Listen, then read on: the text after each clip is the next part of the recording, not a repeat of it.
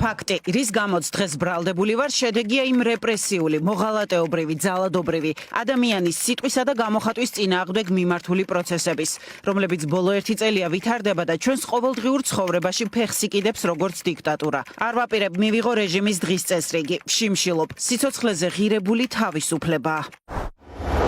ასე იწყება ქვეყანაში პირველი პოლიტპატიმარი ქალის, მზია ამაღლობელის წერილი, რომელიც მან ციხიდან ადვოკატის ხელით გამოგზავნა. დიქტატორის დამარცხების გზების ძიებაში რეჟიმის პატიმარი პროტესტის ნიშნად ერთი კვირაა შიმშილობს. ის მხოლოდ წყალს სვამს. ინფორმაციას ამის შესახებ ნეტგაზეთისა და ბათუმელების ხელმძღვანელის ინტერესების დამცველი, ახალგაზრდა იურისტთა ასოციაციის ხელმძღვანელი ნონა ქურდოვანიძე ავრცელებს. დღეს მქონდა შესაძლებლობა მომენახულებინა მზია ამაღლობელი ის თავს გრძნობს ხნით და მზად არის ამ საქმეში იბრძოლოს, ასევე დამატებით მინდა გითხრათ, რომ მას დაკავების შემდგომ არ მიუღია საკვები, ის იღებს მხოლოდ წყალს. მზია ამაღლობელის საქმე რომ შეკერილია და პოლიტიკური ამაში ეჭვი არავის ეპარება. ადვოკატების მტკიცებით არ არსებობდა არანაირი დასაბუთებული სამართლებრივი საფუძველი, არც მისი თავდაპირველად ადმინისტრაციული წესით და შემდგომ სისხლის სამართლის მუხლით დაკავებისთვის.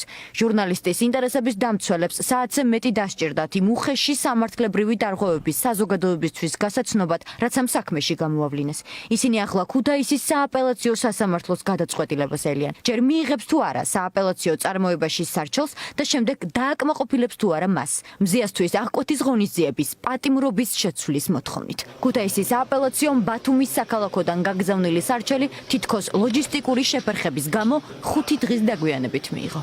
საპროტესტო სტიკერის გაკვრა, რომლის მოცილება არ არის დაკავშირებული განსაკუთრებულ ძალისხმევასთან ან რესურსებთან, არ წარმოადგენს სამართალდარღვევას და ასეთ დროს საერთოდ დაუშვებელია პირის ადმინისტრაციული წესით დაკავება, როდესაც სისხლის სამართლის მოსამართლემ ადმინისტრაციული დაკავება და ასევე სამართალდარღვევის შესაძლო ჩადენის ფაქტი გამოიყენა საქმეში, ეს არღვევდა უდანაშაულობის პრეზუმპციას, რადგან ამ დროისთვის არ იყო დადგენილი არც სამართალდარღვევის ჩადენის კანონიერება და არც დაკავების კანონიერება. ეს არის პირველი ქალი პოლიტპატიმარი, ეს არის პირველი ქალი ჟურნალისტი, ეს არის პირველი ქალი მედია მენეჯერი, რომელიც სისტემამ გაანეიტრალა, რომელსაც სისტემამ გამოუცხადა სასტიკი ბრძოლა.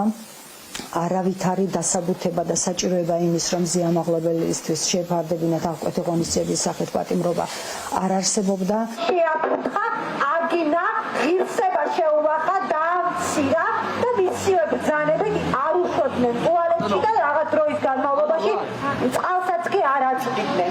სააპელაციო სასამართლოს პარალელურად ახლა საზოგადოების ყურადღების ცენტრშია სპეციალური საგამოძიებო სამსახური. კოლკა კაციტაძის უწყებამ პოლიციელის მხრიდან უფლებამოსილების შესაძლო გადამეტების ფაქტზე გამოძიება დაიწყო.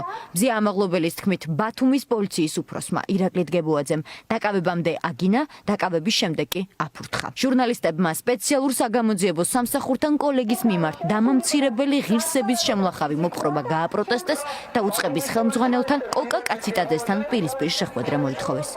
ვითხოვთ დაზარალებული სტატუსს და საქმეზე წარმოადგინონ მოძიებული მასალები და ჩანაწერები, რომელიც დაადასტურებს მზიას მონაყოფს.